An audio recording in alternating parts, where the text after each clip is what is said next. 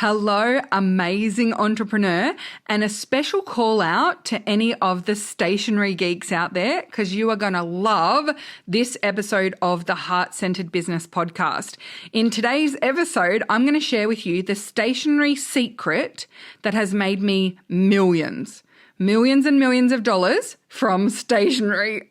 If anyone ever needed an excuse to go and do some shopping, this is going to be it.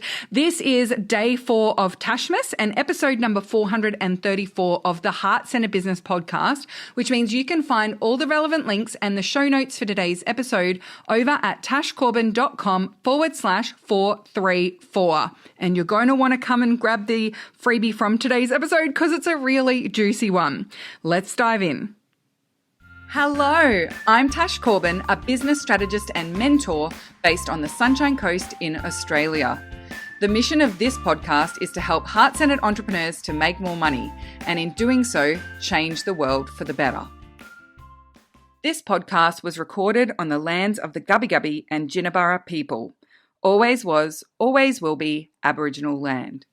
Okay, so to tell you about my stationery secret that's made me millions of dollars, I first need to tell you a little story. And I have shared this story on the podcast before, but I don't think anyone ever really tires of hearing it.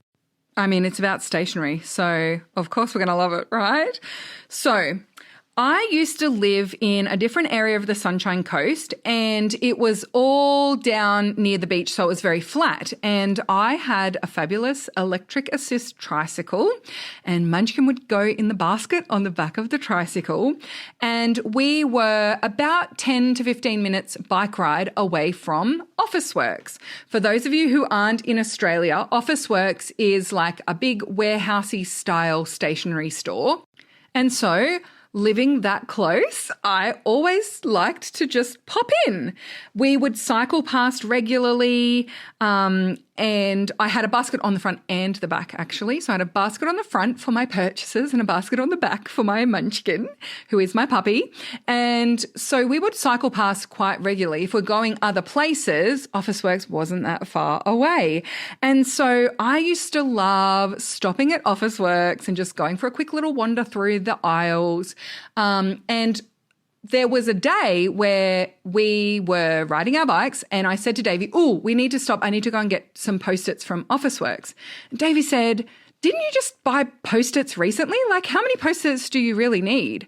And I proceeded to tell him that actually I needed new Post-its because the last set that I'd purchased, which was about 2 or 3 months earlier, I'd taken with me on a solo retreat. I'd used those Post-its to map out a bunch of content and a new course and my tasks on the wall with my little planning system. And I had turned those Post-its into a $75,000 launch. And then when I got back from that retreat, the extra Post-its that I had used had made me another $100,000. So in essence, I had turned one $25 pack of Post-it notes into almost $200,000 in sales. And what ended up happening is every time I got on my bike and we went anywhere near Officeworks after that, Davey would, of course, ask me, hey, do you need to stop in at Officeworks and buy any Post-it notes? And that is actually the stationery secret that's made me millions of dollars. But it's not just that I buy lots of Post-its. It's the fact that I have created a way to manage myself and manage my tasks and create inspiring and engaging ways of staying engaged in my business through stationery. Those Post-it notes have become a really big part of how I ensure I stay focused on generating lots of income and I get stuff done very effectively and efficiently.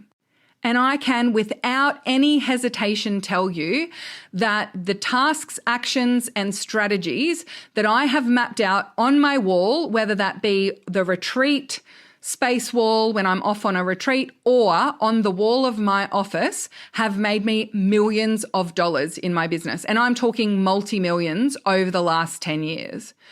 And I think the moral of this story is not you should put your tasks on Post-it notes, but it's that you need to find the strategy that works for you. Find what works for you, regardless of what it looks like to anyone else. Because another little insight behind this story is that a lot of people who visited my home and visited my office will have never seen those post-it notes. And that's because up until probably 2022, whenever someone was coming over or I had visitors at my house, I would take everything off the walls because I felt embarrassed because I thought it looked childish. And I thought, oh, they would judge me and think I don't have a real business if they see my entire plan for my launch is actually up on my wall in post-it notes.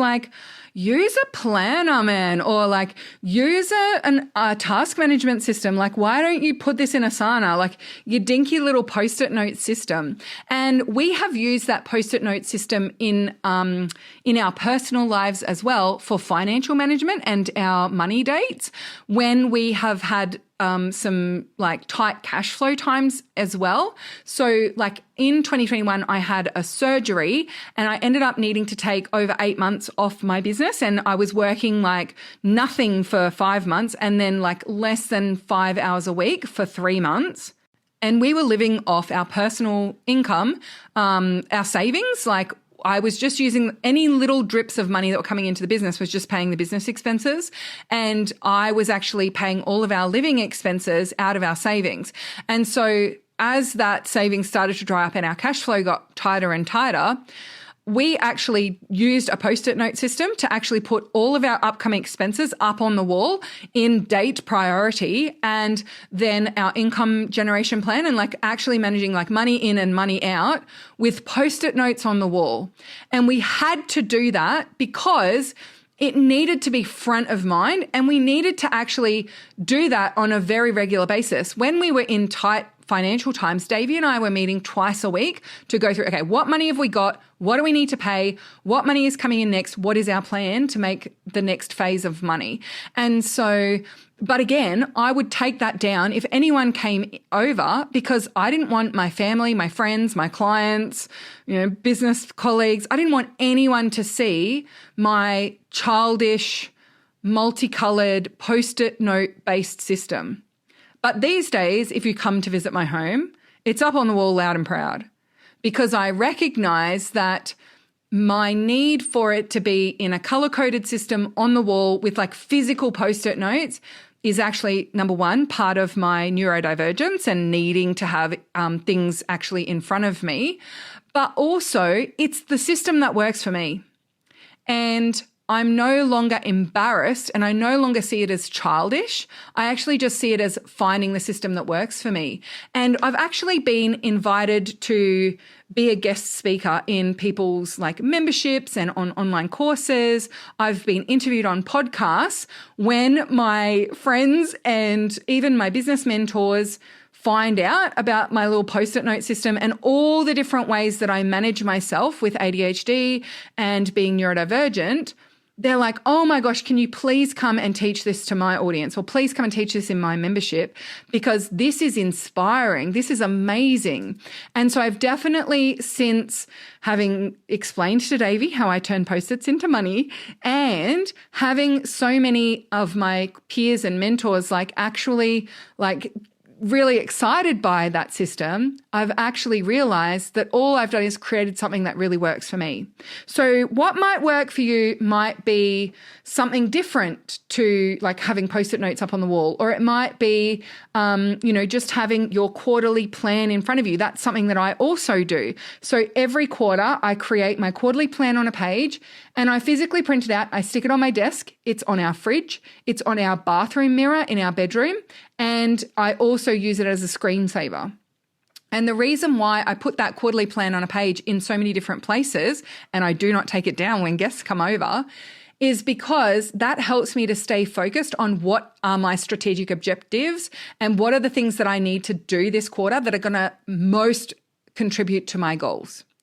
And so my special gift for you in today's episode of the Heart-Centr Business Podcast, because it's day 4 of Tashmas, so you get a little prezi, is I have actually created a quarterly plan on a page template that walks you through my process But also, if you sign up for and grab that quarterly plan on a page template before the end of Tashmas, so before the 12th of December, I'm actually going to be emailing out to everyone who's ever grabbed that template a new training. And that new training is how to turn your quarterly plan into something that achieves your goals and that you will implement. So it's looking at connecting that plan to the bigger picture and connecting it to what you do on a day-to-day basis. So you can only get that training if you sign up before the 12th of December 2024.